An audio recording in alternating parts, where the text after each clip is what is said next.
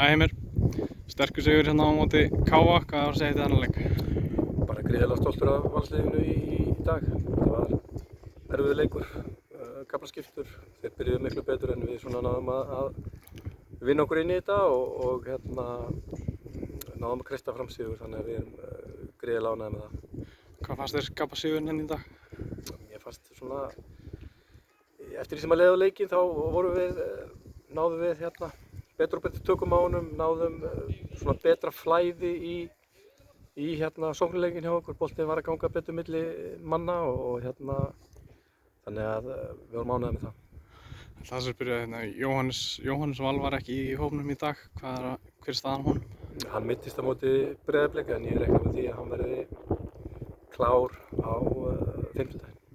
En Tryggvi Hrafn, hver er staðan á honum? Tryggvi Hrafn er byrjað að ræða með okkur og ég reikna með því að svona 10 daga, 2 vikur, eitthvað svoleiðis, þá ætti hann að vera klár. Takk fyrir. Svoleiðis.